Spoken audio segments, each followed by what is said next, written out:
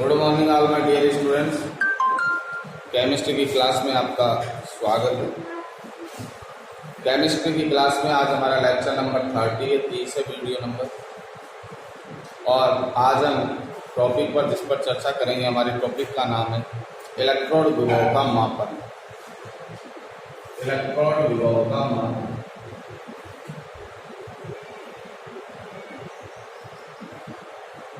Electrode विभव का मापन।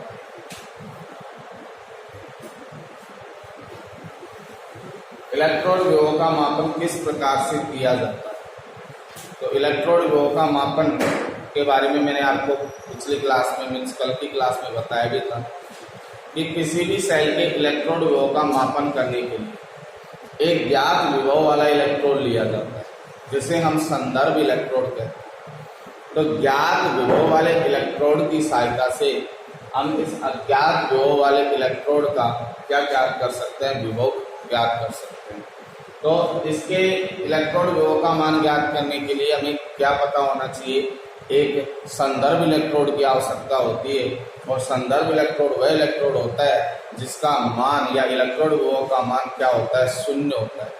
तो उस संदर्भ इलेक्ट्रोड की सहायता से हम किसी सेल के दूसरे इलेक्ट्रोड का क्या ज्ञात कर सकते हैं? विभव ज्ञात कर सकते हैं। तो पहली बात इसके अंदर लिखेंगे कि किसी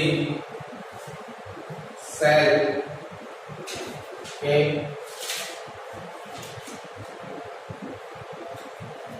इलेक्ट्रोड का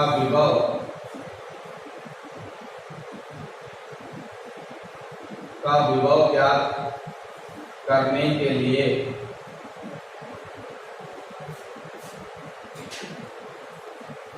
उस इलेक्ट्रोड को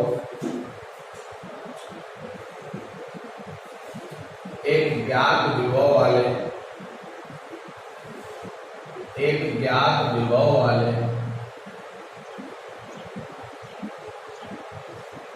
इलेक्ट्रोड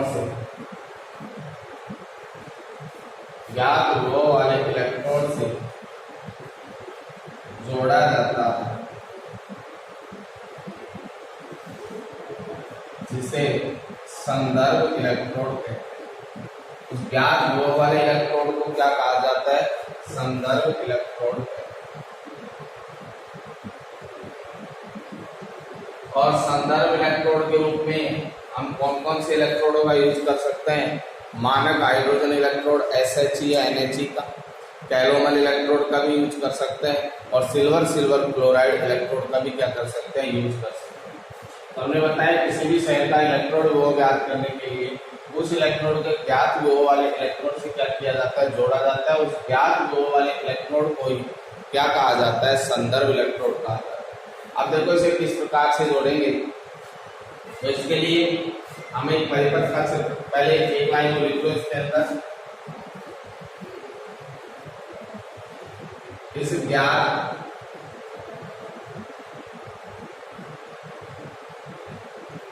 विभव वाले इलेक्ट्रोड की सहायता से ज्ञात विभव वाले इलेक्ट्रोड की सहायता से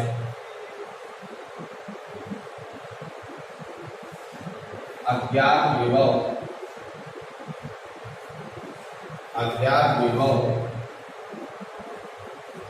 को ऐसे लिखो, ज्ञात विभव वाले इलेक्ट्रोड की सहायता से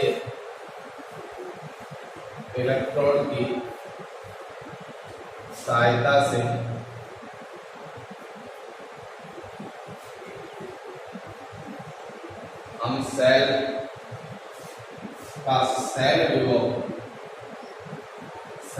सेल विभव ज्ञात करके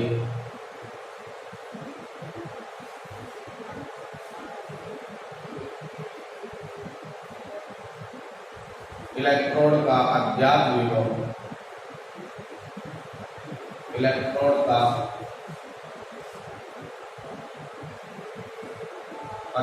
विभव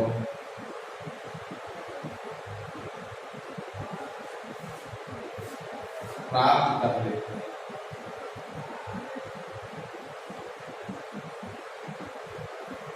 ज्ञात कर लेते हैं।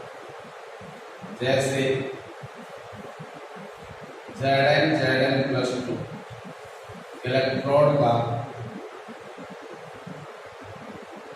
विभव निम्न प्रकार से ज्ञात करते हैं।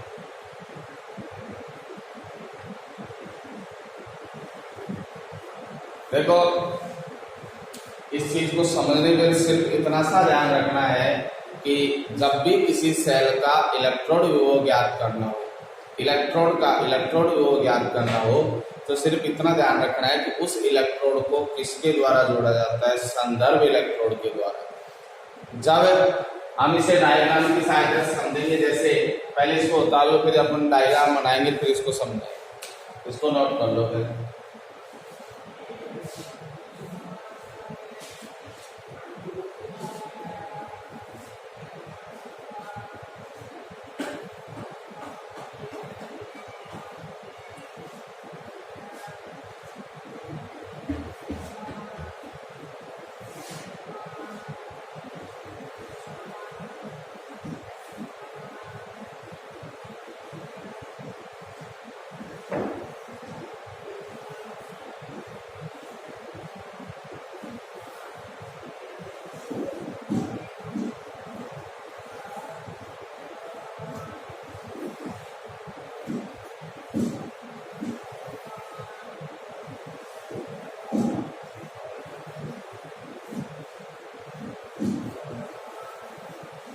तो हम जिंक इलेक्ट्रोड का विभव किस प्रकार से ज्ञात करेंगे, तो हम एक डायग्राम बना रहे हैं।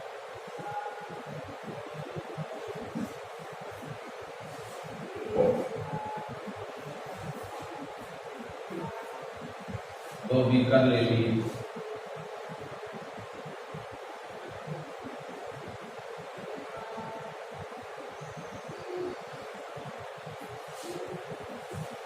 दो बीकरों में हमने इलेक्ट्रोड लगा दिए, ये जिंक इलेक्ट्रोड।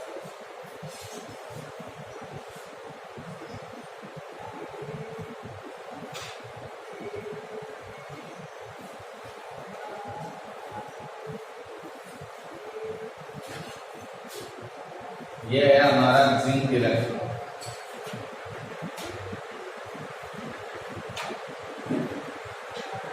और जिंक इलेक्ट्रोड मैंने बताया था, इलेक्ट्रोड जिस धातु का बना होगा उसी का विद्युत अपघट्य सॉल्यूशन इसके अंदर क्या कर दिया जाएगा, भर दिया जाएगा। तो जिंक इलेक्ट्रोड को कौन से सॉल्यूशन में डुबोकर रखेंगे हम, ZnSO4। अब हमें इस इलेक्ट्रोड का इलेक्ट्रोड विभव ज्ञात करना है, तो इस इलेक्ट्रोड को कौन से इलेक्ट्रोड से जोड़ेंगे, संदर्भ इलेक्ट्रोड से। और संदर्भ इलेक्ट्रोड के लिए हम किसका यूज ले रहे हैं यहाँ पर, SHE का, स्टैंडर्ड हाइड्रोजन इलेक्ट्रोड। तो आपने स्टैंडर्ड हाइड्रोजन इलेक्ट्रोड इस प्रकार से बनाया।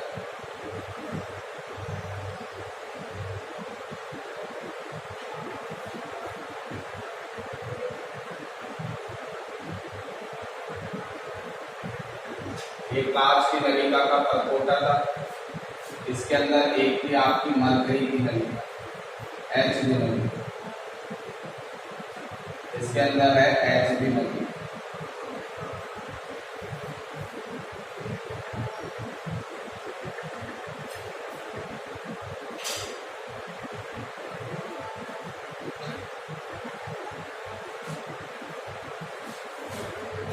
ये है HB नलिका,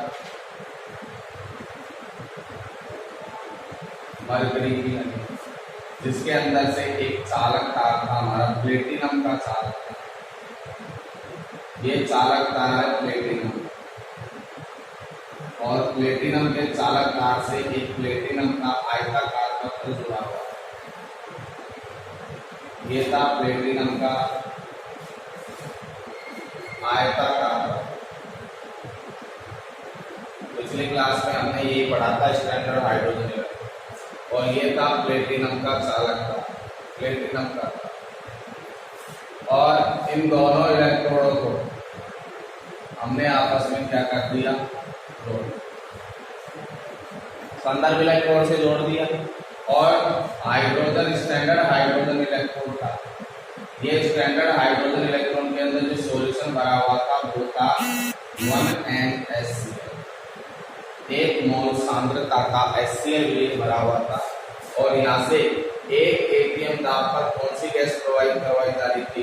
हाइड्रोजन गैस। कितने atm दाब पर? 1 atm दाब। क्या ये परिपथ पूर्ण है? क्या अभी तक परिपथ पूर्ण नहीं है, इसलिए इन दोनों को हम किसके माध्यम से जोड़ देंगे? लवण सेतु के माध्यम से।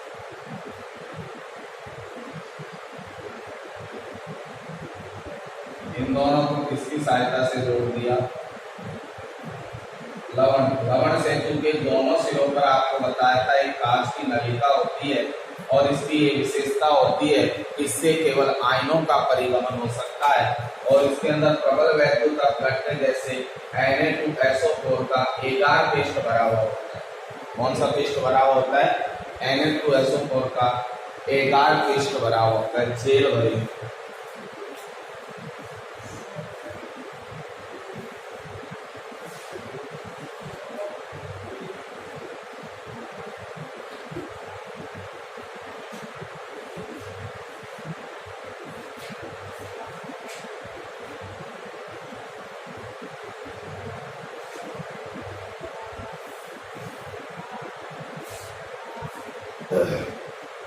और इसमें एक गैल्वेनोमीटर होता है, उच्च प्रतिरोध का गैल्वेनोमीटर, उच्च प्रतिरोध का गैल्वेनोमीटर।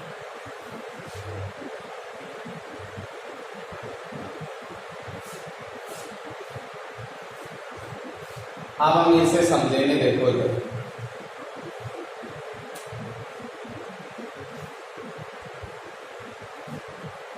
ये तो आपका है ज्ञात विभव वाला इलेक्ट्रॉन, ज्ञात विभव वाला इलेक्ट्रॉन, ज्ञात विभव वाला इलेक्ट्रॉन और जिसका विभव क्या होता है? 0। इसे संदर्भ इलेक्ट्रॉन भी कहते हैं, संदर्भ इलेक्ट्रॉन।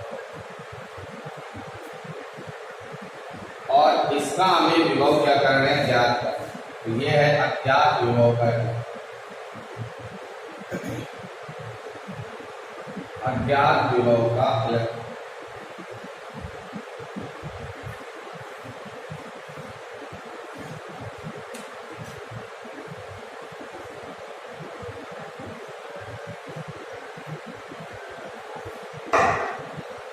अब इसे समझोगे। हमने स्टैंडर्ड हाइड्रोजन इलेक्ट्रोड में देखा था और हमने कहा था कि ये अपचयन विभव होता है, अर्थात इस पर क्या होता है? अपचयन होता है।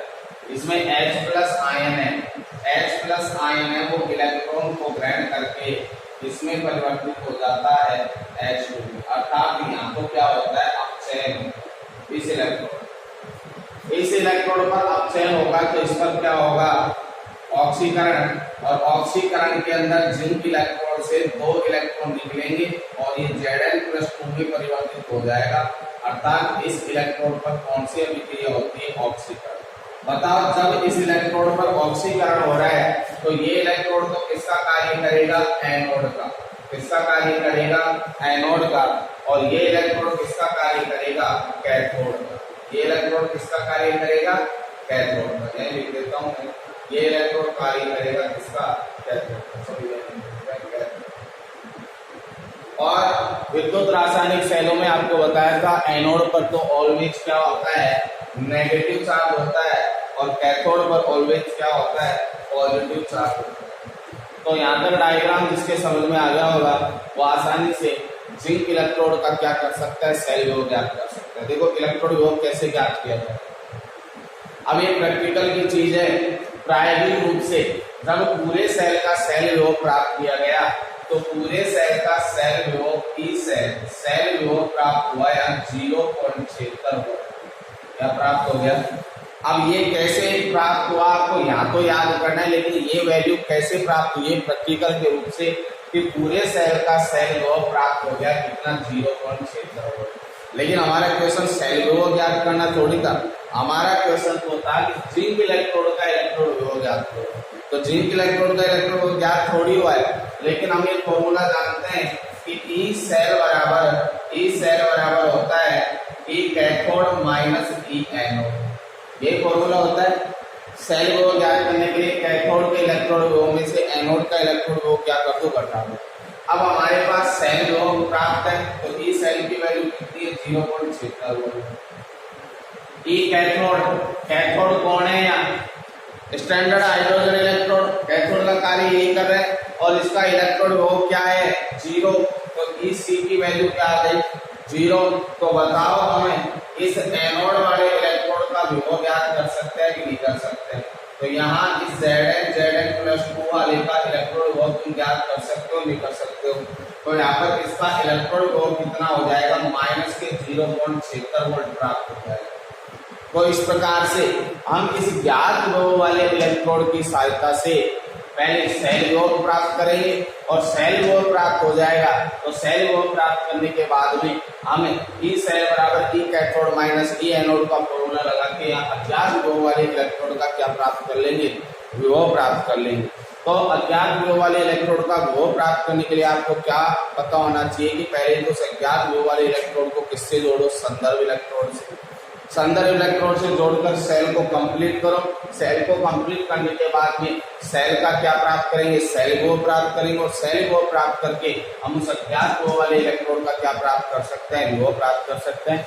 तो डायग्राम को पूरा कर लिया है तो उसके बाद में हम लिखेंगे डायग्राम के बनाने के नीचे, डायग्राम के नीचे लिख लेना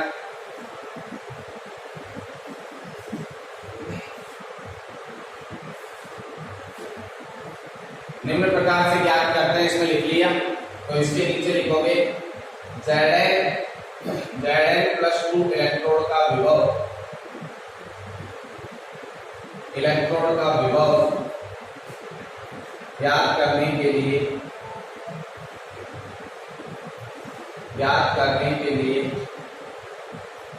इसे मानक हाइड्रोजन इलेक्ट्रोड, मानक हाइड्रोजन इलेक्ट्रोड, मानक हाइड्रोजन इलेक्ट्रोड से जोड़कर सेल को पूर्ण करते हैं, सेल को पूर्ण करते हैं तथा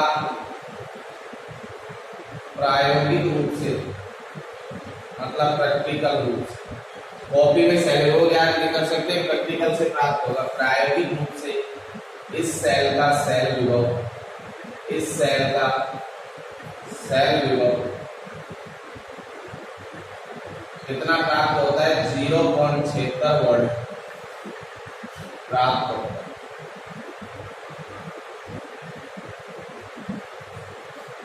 फिर नीचे लिखोगे हम जानते हैं कि,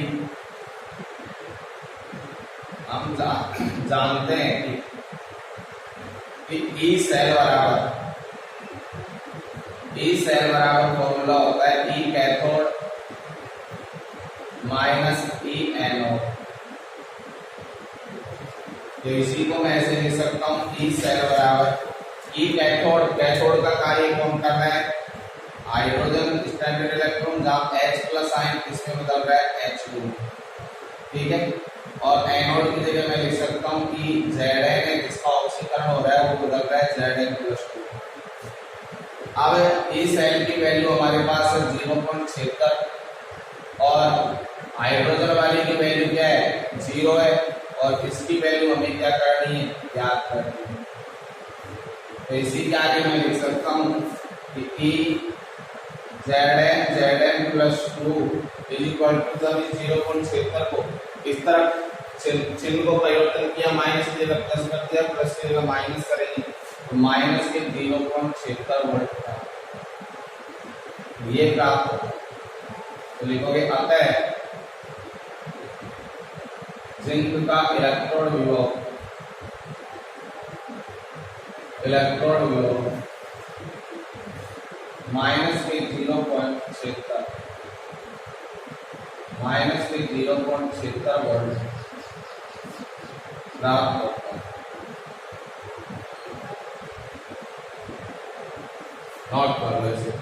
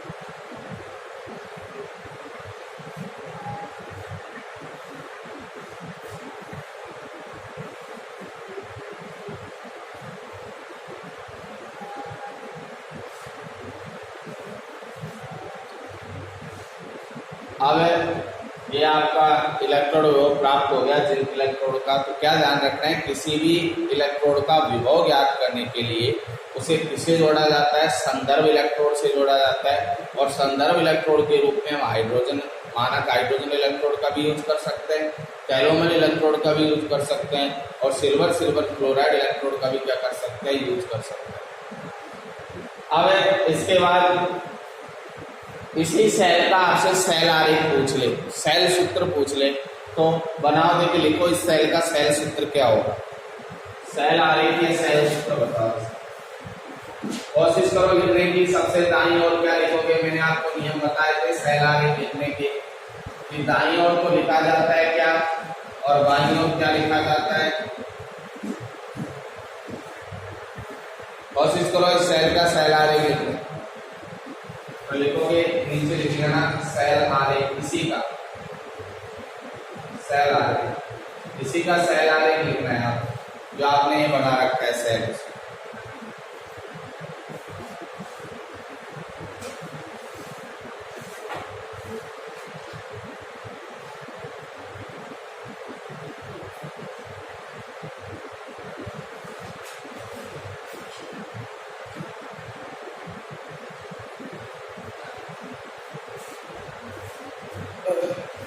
तो बताओ बाईं ओर क्या लिखते हैं, ट्रिक बताई थी लॉन्ग,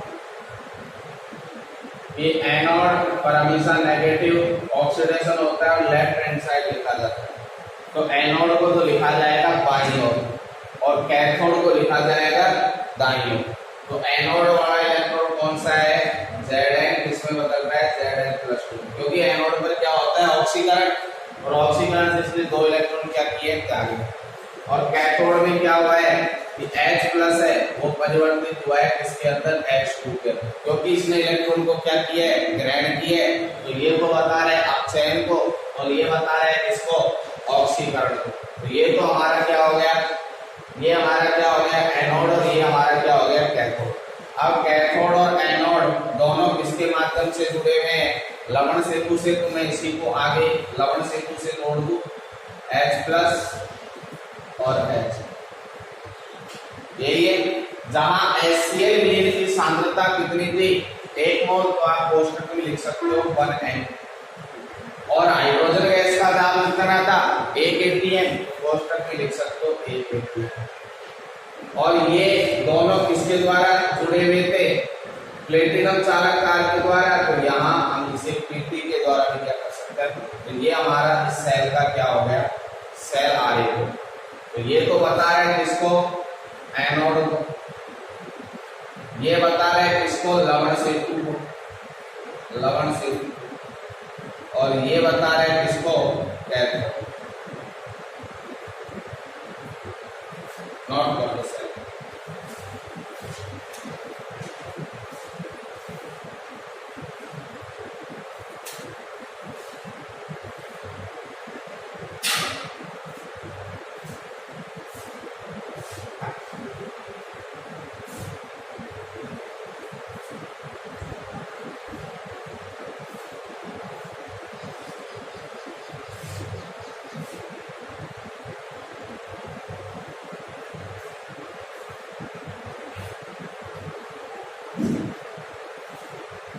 इसे लिख लिया हूं।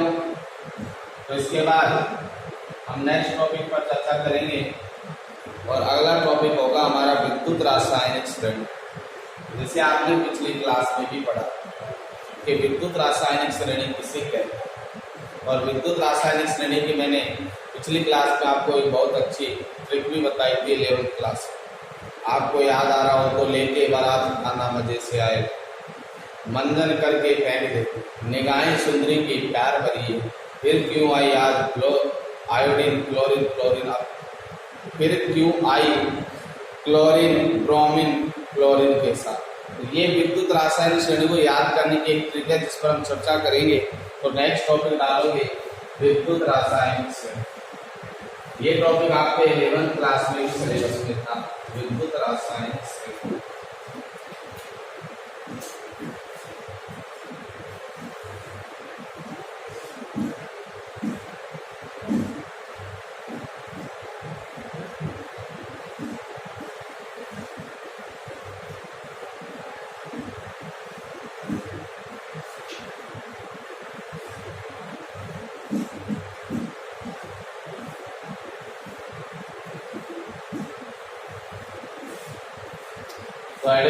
विद्युत रासायनिक श्रेणी।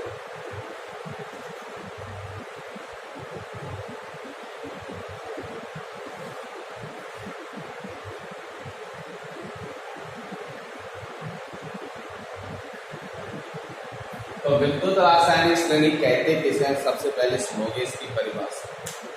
ये विभिन्न धातुओं के मानक अपचयन विभव, विभिन्न धातुओं के मानक अपचयन विभव के मान के आधार पर, किसके आधार पर, मानक अपचयन विभव के मान के आधार पर इन्हें आरोही क्रम में या अवरोही क्रम में व्यवस्थित करने पर, मतलब बढ़ते हुए क्रम में या घटते हुए क्रम में व्यवस्थित करने पर जो श्रेणी हमें प्राप्त होती है उस श्रेणी को कौन सी श्रेणी कहते हैं, विद्युत रासायनिक श्रेणी कहते हैं। तो इसकी परिभाषा लिखोगे सबसे पहले कि विभिन्न धातुओं के मानक अपचयन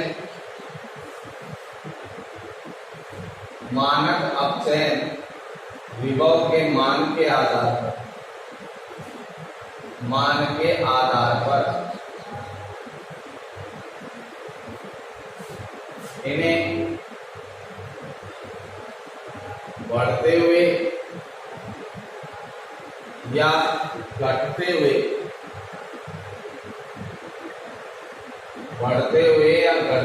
क्रम में व्यवस्थित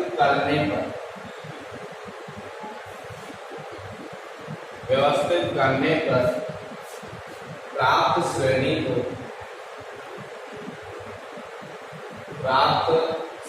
को विद्युत रासायनिक श्रेणी, प्राप्त श्रेणी को विद्युत रासायनिक श्रेणी कहते हैं, विद्युत रासायनिक श्रेणी कहते हैं।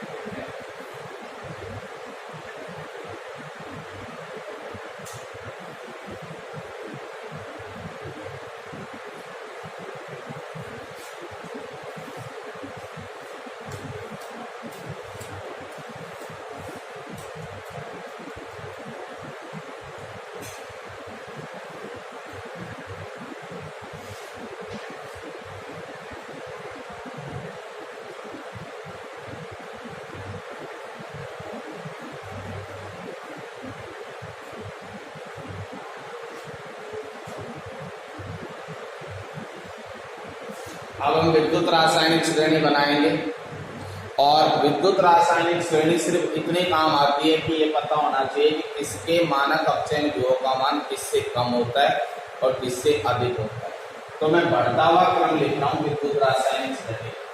तो एक तरफ तो लिखेंगे तत्व और एक तरफ लिखेंगे उसके अपचयन विभव का मान, मानक अपचयन विभव, और इसे E0 से प्रदर्शित करो। मानक के लिए ऊपर क्या लगा देते हैं। तो इनके अपचयन विभव के मान तो आपको याद हो या नहीं हो उससे कोई मतलब नहीं है, लेकिन धातु का पता होना चाहिए कि कौन सी धातु का अपचयन विभव किससे कम होता है किससे ज्यादा होता है, क्योंकि उसकी सहायता से हम इनकी ऑक्सीकारक प्रवृत्ति, अपचायक प्रवृत्ति, इनकी क्रियाशीलता, बहुत सारे निष्कर्षों को क्या कर सकते हैं, पता कर सकते हैं। तो ट्रिक क्या है इसकी, आपको ध्यान रखना है। लेके 12 काना मजे से आएगा, इसका मतलब है लिथियम से ज्यादा अपचयन विभव पोटेशियम का होता है, पोटेशियम से ज्यादा बेरियम का होता है, बेरियम से ज्यादा कैल्शियम का, फिर सोडियम का, फिर मैग्नीशियम का। ये निश्चित क्रम होता है, ये चेंज नहीं हो सकता। इसलिए इसे इस प्रकार से याद करोगे कि लेकर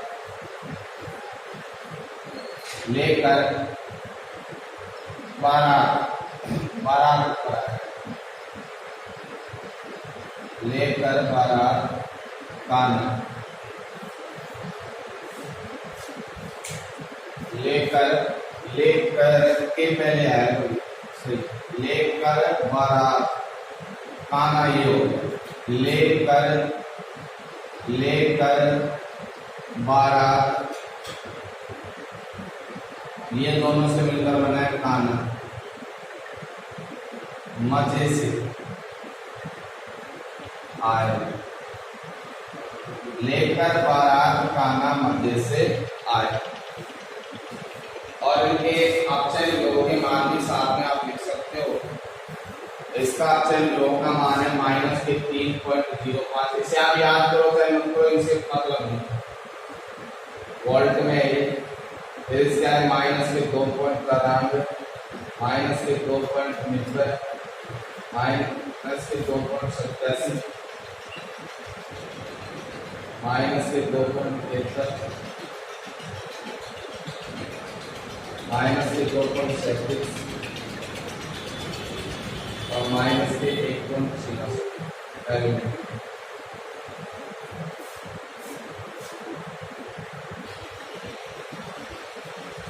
इसके बाद है अगली फिर वही आगे चल लेंगे तत्व और एक तरफ लिखोगे अपचयन योग। लेके 12 काना मजे से आएगा, मंजन करके फेंक दे।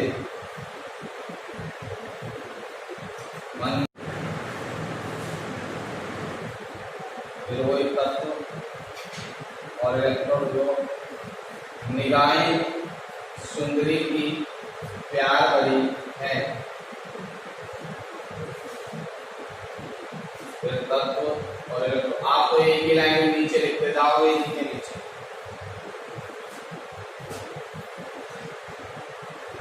ये लिखोगे। इसके बाद क्यों आई ब्रोमीन, क्यों आई ब्रोमीन क्लोरीन अपनी क्लोरीन के साथ।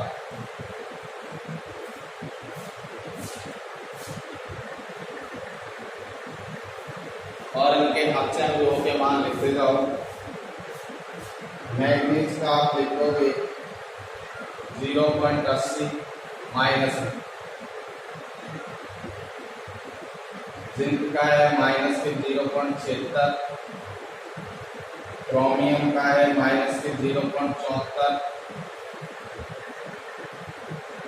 आयरन का है -0.50, -0.44 और कैडमियम का -0.41, निकेल का है -0.25, टिन का है -0.14, लेड का है -0.13 और हाइड्रोजन का है 0। कॉपर का है +0.34, आयोडीन का है +0.54, ब्रोमीन का है +8.08, क्लोरीन का है +1.36, गोल्ड का है +1.42 और क्लोरीन का है +2.87।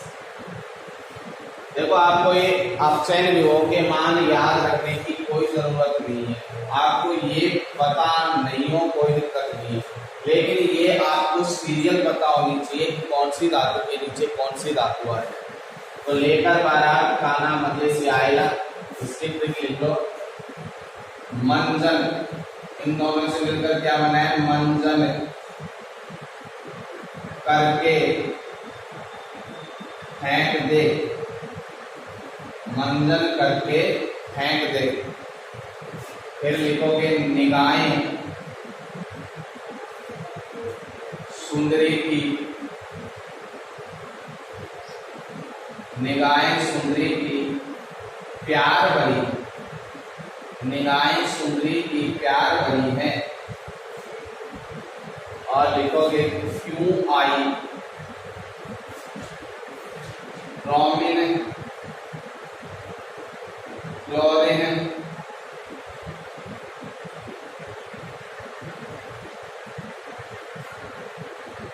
अपने क्लोरीन के साथ। ये याद करने का तरीका है भैया कि विद्युत रासायनिक श्रेणी को किस प्रकार से याद किया जाए। तो आपको ट्रिक याद करनी है, लेकर बारात का नाम मजे से आएगा, मंजन करके फेंक दे, निगाहें सुंदरी की प्यार भरी है, और फिर है क्यों आई ब्रोमीन क्लोरीन अपनी क्लोरीन के साथ। देखो ऊपर से नीचे आने पर मानक अपचयन विभव का मान बढ़ता जा रहा है। ऊपर तो माइनस में जो सबसे कम है और नीचे प्लस में सबसे ज्यादा है, जो मानक अपचयन विभव की वैल्यू सबसे क्या है, अधिक है। तो इन मानक अपचयन विभव के आधार पर ही इनकी ऑक्सीकारक प्रवृत्ति, इनकी अपचायक प्रवृत्ति का क्या लगाया जाता है, पता लगाया जाता है। इनकी क्रियाशीलता का भी क्या लगाया जाता है, पता लगाया जाता है। तो पहले इसे नोट करोगे।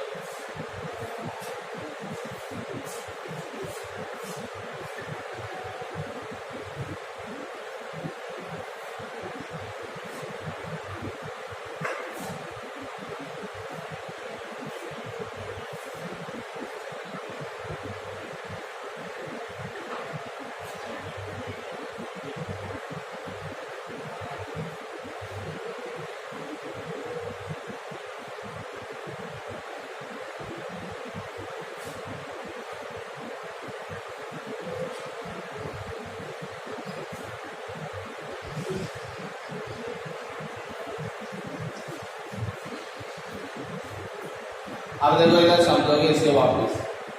विद्युत रासायनिक श्रेणी कहते किसे हैं कि विभिन्न धातुओं के मानक अपचयन विभव के मान, ये मानक अपचयन विभव के मान, मानक अपचयन विभव के मान के आधार पर या तो कौन से क्रम में व्यवस्थित करें, बढ़ते हुए भी, या कौन से क्रम में व्यवस्थित करें, घटते हुए भी। घटते या बढ़ते हुए क्रम में व्यवस्थित करने पर एक क्या प्राप्त होगी, श्रेणी प्राप्त होगी। उस श्रेणी को हम क्या कहते हैं, विद्युत रासायनिक श्रेणी। तो हमने मानक अपचयन विभव के कौन से क्रम में व्यवस्थित कर दिया, इन्हें बढ़ते हुए क्रम में। देखो ये माइनस की वैल्यू है और यहाँ पर किसकी है, प्लस की। तो यहाँ पर वैल्यू सबसे कम है, इसकी वैल्यू सबसे ज्यादा है, तो हमने छोटे से किसकी ओर व्यवस्थित किया है, बड़े की ओर। तो ये बढ़ता हुआ क्रम है हमारा। तो अब यहाँ पर सबसे कम मानक अपचयन विभव का मान देखो किसका है, लिथियम का, और सबसे अधिक मानक अपचयन विभव का मान किसका है, क्लोरीन का। तो इसीलिए जिसके पहला निष्कर्ष है इस विद्युत रासायनिक श्रेणी का कि जिसके मानक अपचयन विभव का मान जितना अधिक ऋणात्मक होगा वह धातु उतनी ही प्रबलतम अपचायक होती है। तो मैं पूछूं बताओ सबसे ज्यादा प्रबल अपचायक धातु कौन सी है, तो उसका आंसर क्या होगा, लिथियम। क्योंकि जिसके मानक अपचयन विभव का मान जितना अधिक किसमें हो, माइनस में, तो सबसे अधिक माइनस में किसका है, लिथियम का ही है। तो ये लिथियम होगी जो प्रबलतम क्या होगी, अपचायक। तो लिथियम धातु प्रबलतम क्या होगी, अपचायक। और जिसके मानक अपचयन विभव का मान जितना अधिक धनात्मक होता है वो उतना ही प्रबलतम ऑक्सीकारक होता है। तो बताओ सबसे ज्यादा प्लस में वैल्यू किसकी हमारे पास, क्लोरीन की।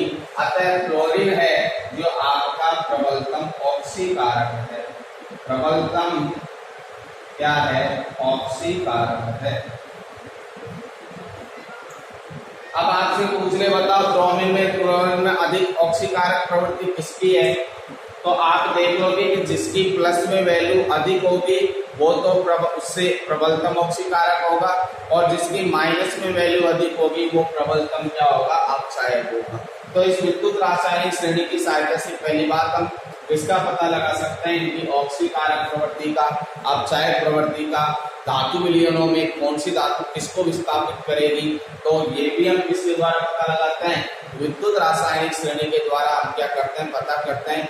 इन विद्युत रासायनिक श्रेणी के निष्कर्ष हम कल की क्लास में देखेंगे आज की क्लास के लिए धन्यवाद। जय हिंद, जय भारत।